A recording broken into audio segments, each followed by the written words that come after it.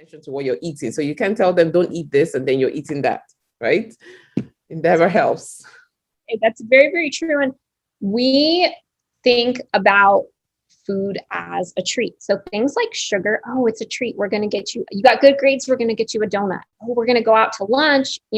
We're going to give you, you can have a Coke or you can have a soda. But to be honest, those kinds of things actually have more sugar than your child or than you as a child should be eating in an entire day. So one can of Coke for a child is about 3 days worth of added sugar. So if you do that, one can of Coke, a can, not one of the bottles, because that's even more, but a can of Coke is about 3 days of added sugar for a child. So if you think that you are using foods as a treat, you are really could be doing more harm than good, especially for the brain, because our brains react to sugar the same way that they do to drugs. So things like cocaine and heroin that people are using that are illegal, that are horrible for us, your brain reacts the same way. So if you eat sugar, your brain's like, that's really good. I want some more of that. And then you have to keep adding more. So your brain is going to give you what's called a dopamine release. Dopamine's that neurotransmitter. It helps you feel good. That's good. Sugar. And so our brain's going to release the dopamine. And then our brain's going to say, oh, well, that was really good. Can I have some more of that sugar? And you want to eat more and more sugar in order to get that same kind of feeling in your brain. So when people say that they are a sugar addict, that's really actually true. Sugar is actually very addicting.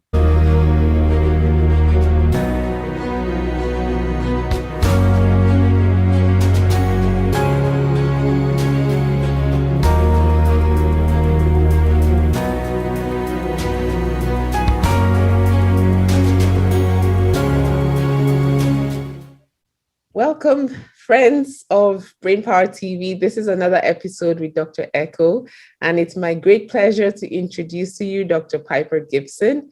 She's an amazing lady, and I will let her tell you more about how she came to do the amazing work she's doing with kids and parents right now. Yes, thank you. I'm so excited to be joining you today. So I did not start out as Dr. Piper Gibson. My son was diagnosed with a neurological tic 9 years ago, and we tried the conventional approach and nothing was working. A lot of things we were told was just ignore it, he'll grow out of it. We had one doctor tell us he just needs a good spanking. So we were definitely dealing with this neurological issue. And at that point, we were frustrated, we were scared, we were overwhelmed. We really, as parents, didn't know what to do. So I went back to school and relearned everything I thought I knew about health and wellness. And so now I specialize in working with families just like mine, those that are scared, frustrated, and overwhelmed with their child's neurodevelopmental diagnosis. So tics, Tourette's, ADD, ADHD, ASD, SPD, all of OCD, all of those things, anxiety. And then I help them through a 12 to 16 week program called Foundations to Flourish, where I am the chief hand holder, and I walk them through all of these steps that I use with my own son to really help them get results, to help them get their child back. And so I use a combination of functional lab testing and natural approaches to really help kids get back to feeling amazing and confident. Right. And the important thing is when the kids feel better, what happens to the family? They do better, right? Family feels better. Everything improves when your kids are feeling their best. Yes, absolutely. And so today, Dr. Piper and I are going to be discussing how sugar affects the brain. So can you tell us in a nutshell, or rather explain, how does sugar affect the brain? Yeah, we hear and you're hearing sugar, sugar, sugar. Everybody's overdosing on sugar, too much sugar. Our kids are having juice and cake and all of these processed foods that are really high in sugar. So your brain uses a lot of energy. It is one of the organs that uses a ton of energy in the body and actually uses sugar. But what we know is that you don't have to eat excess sugar, white sugar, processed sugary foods, in order to fuel your brain. It can actually really impact your brain negatively when you do that. And so what we're looking at with the brain is that we know your body is going to make that glucose, that sugar that your brain needs, from the healthy foods that you eat. And so the negative impacts of sugar really come from that overabundance of the white processed sugars that people are eating. Mm-hmm. Yes, and I completely agree. And I like what you said about the fact that your body can still get the glucose it needs to run without adding in all these extra things. So can you tell us more about what kinds of foods will give the brain food it needs without Yeah, doing absolutely. There's lots of healthy, good things that you can eat for brain food. Healthy meats. So like grass-fed beef, wild caught fish, farm raised or pasture raised poultry. Those kinds of things are going to give you proteins. right? And proteins actually get broken down and make our neurotransmitters. So things like serotonin and dopamine that help us to focus and function and really have our kids feel good, especially when they're going to school. You can eat, some good organic fruits, organic vegetables, healthy fats like avocado oil, olive oil, coconut oil, omega-3s, but really these healthy foods that your body can then use to fuel every other system. So not just your brain, but everything else that goes along with it.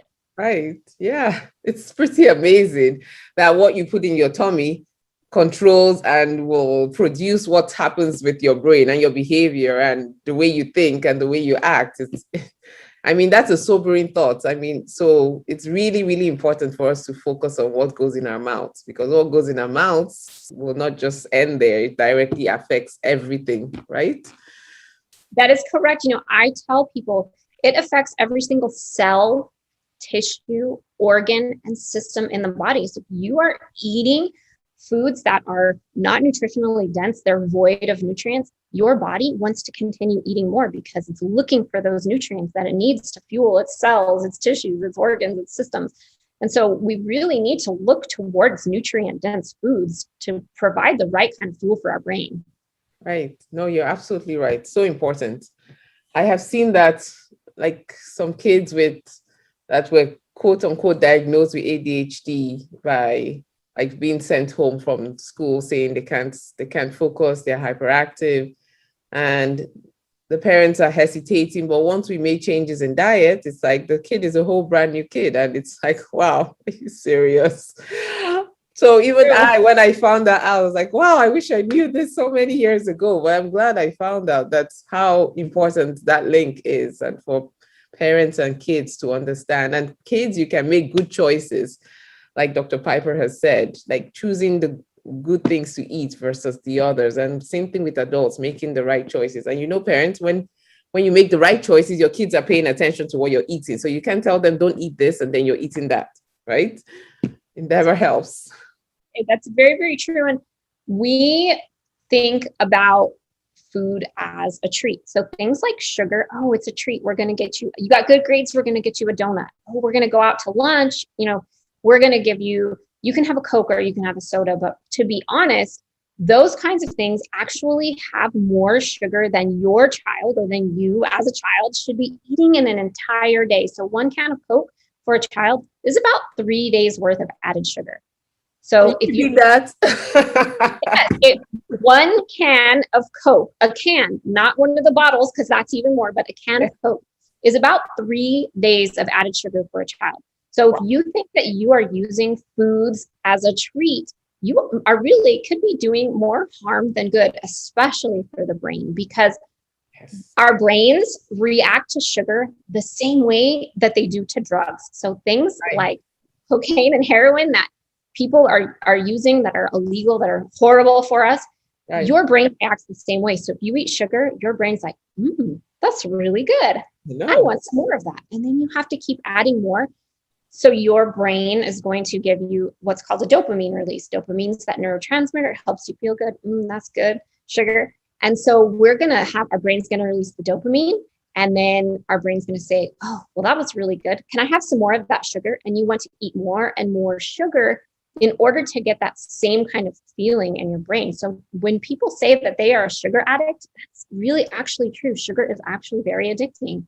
Yes, it is. I like that you pointed out that it does the same, it has the same opioid effect in the brain. Like that's really sobering. So if you're walking around and yeah, I mean, even people that drink a lot of caffeine and they get off of caffeine for 2 days, it's the same thing. It's like they're withdrawing. It's like a drug because it does. Really, yeah.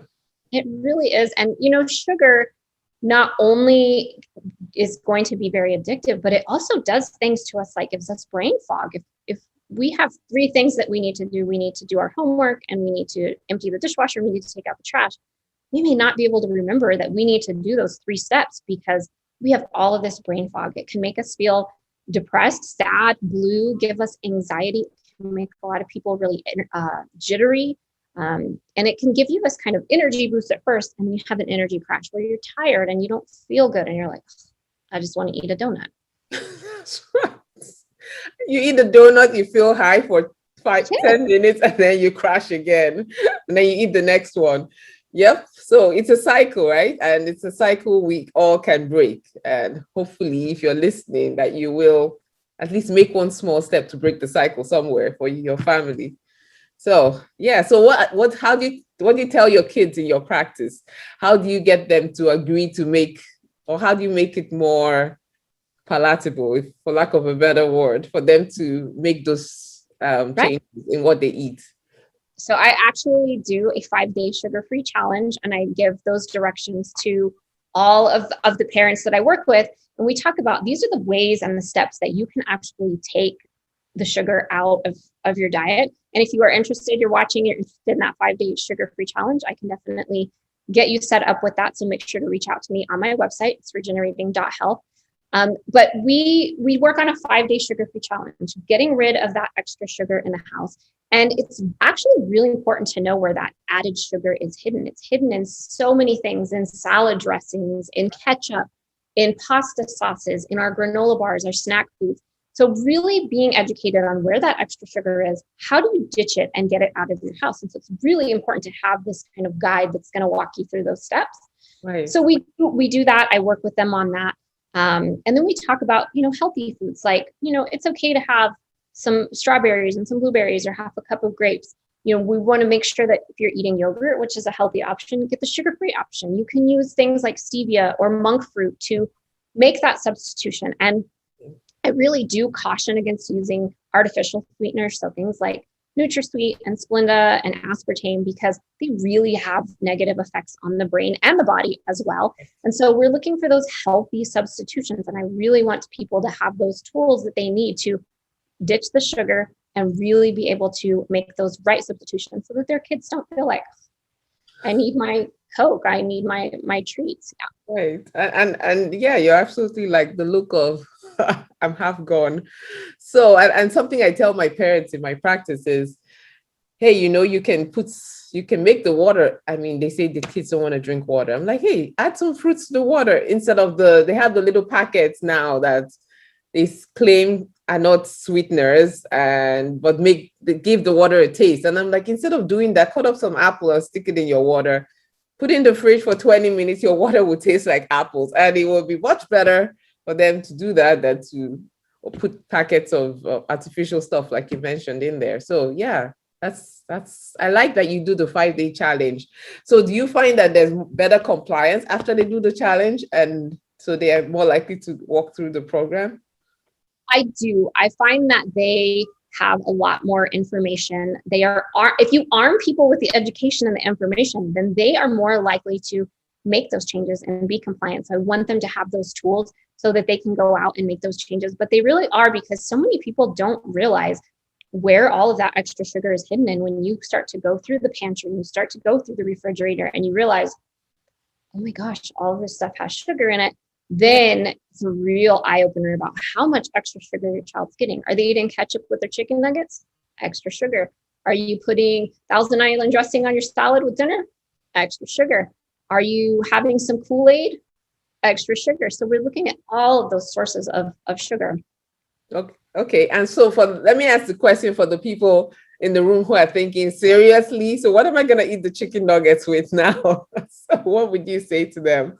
There's actually some really good products out there that don't have the added sugar. So look for brands like Primal Kitchen, not a lot of added sugar or any added sugar. Mama Rao's pasta sauce, no added sugar. So there's a lot of items out there now with no added sugar, but it's a matter of reading the labels and knowing how to read the labels. And so they can make changes to your grocery store products at any time. and not tell you that they've made the changes. So you really have to make it a habit of taking that quick peek at the label and seeing, have they added any additional sugars or have they added artificial sweeteners to it? Right. And something I want to say is parents teaching your kids to read the labels. I hear my kids in the store when I'm with them, it's organic, or no, this is not okay. I'm like, shh. But it's important for them to not just know that. No, I mean, it doesn't mean everything has to be organic, and that's something we can talk about. But it's important to teach the kids to take a look at what's on the labels, because what we are teaching, what we're talking about here is a lifestyle change, not just, oh, we're just doing this as a diet plan and we want you to lose weight, and then you go back to where you were before, because that's like just a cycle that doesn't help anybody. So what we are advocating for is a lifestyle change where your children will grow up knowing this as their lifestyle, like a healthy lifestyle, and then it won't be anything strange to them. And then you see, and then they teach, it goes on and on. So yeah. Don't you agree that it's important for parents to take their kids along? Yeah. I do agree with that. And I will tell parents all the time. I mean, I work with children of all age ranges, but the parents who have the younger kids, I tell them, and I really stress to the fact, it is so much easier to change these habits when they are little than when they get to be 11, 12, or 13, and they're stubborn and they're, well, I don't want to do that. And so really, it's important to teach them these things now. And same with me, my kids will come to me in the store, they're teenagers, and I'm like, well, did you read the label? And we really talk about trying to really avoid those center aisles where we have to read a label. If you grocery shop on those outside aisles, so, the meat, the fruits, the veggies, the produce, all of these things, and avoid those center aisles, you're avoiding the labels and you're avoiding all the processed, added sugary garbage for the most part. It's absolutely true. And it's funny how every store is set up like that. Yeah. All the not so good stuff are in the middle. Yeah. Totally. So yeah, that's really great. And what was it I said I was going to come back to? I said I was going to ask you about, yes, organic. So there's that thing of the myth of eating healthy is expensive. So I'm on a fixed budget. How can I eat healthy? What would you say to that, parents? No, that's really not necessarily true. Definitely, if you are wanting to eat organic, make sure that you're getting things on sale. But not only that, don't eat the organic stuff in the middle of the store where you have to read the label. Eat the organic stuff on the outside of the store. And if you feel like, okay, the grass-fed beef is a little bit expensive, there are some studies that show that grass-fed beef does have a little bit more omega-3s. It's a little bit more vitamin rich, but you're still going to get some really good benefits from that meat that is not grass-fed. So you can substitute that if you are on a fixed budget. But if you're avoiding getting all of the junk in the middle of the store, it actually makes you have a bigger budget for all of the good stuff on the outsides. Yes. And I like that you said, don't get the organics on the inside too. Because I remember my kids, of course, there's no marshmallows, right? Like you can't eat marshmallows. Then they bring me the bag of organic marshmallows. I'm like, no, it's still not good for you, even if it says organic on there. So those are, yeah, you're absolutely right. And it's the same thing we have a lot of people doing gluten-free. It is the same thing for gluten-free. The gluten-free items in the middle of the store are not any healthier for you than the wheat bread that you're getting off the shelf. You want to make sure that you are just avoiding all the junk in the middle. Right. Yeah, you're absolutely right. So thank you. Those are some great tips. And what would you say to the kids who, okay, so for example, gluten-free, right? And they have to go to school. What tips would you give them so that they don't feel like they're missing out on the so-called good stuff that they see other kids eating? One of the great things is that you can work with your mom and your dad to go to the grocery store with them, pick out those things that are healthy for you to eat and help make your own lunch, because that's going to make you feel really proud and really excited that I made my own lunch and I know how to cook. And my sister teaches my nephew. He's 7. He just turned 7. He makes tableside guacamole. He does it all himself. He gets out there, avocados and all of the things, and he makes it. And it's a really great moment for him. And it's delicious and it's enjoyable. And so getting your kids and getting your parents involved in making the foods that you are going to be eating makes it that much better. So make sure that you are picking out the things that you are going to enjoy, but also, really looking at you are having the healthiest lunch at school. Yes, absolutely. So we were talking about genes before we got on the air. Is there, have you found in your work that do genes play a part in how people tolerate sugar or any of that? They really do. One of the genes that I look at is called ADRA, ADAR2A. I cannot speak today. But it is the sugar sensitivity gene. And so we can really actually look at that and see, well, do your kids really have this predisposition to sugar sensitivity?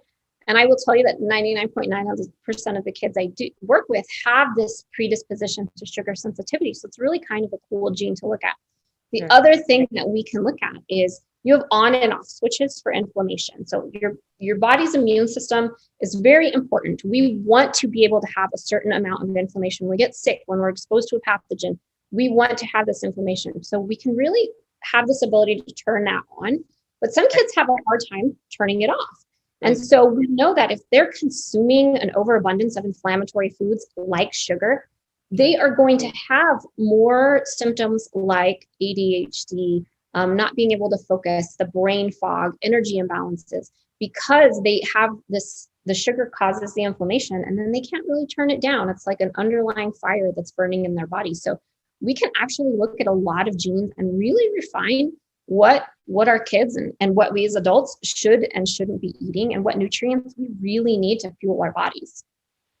Right. Wow. That's amazing. That's so powerful though, that it's so tailored that we can get the help you need by seeing what it is you're predisposed to.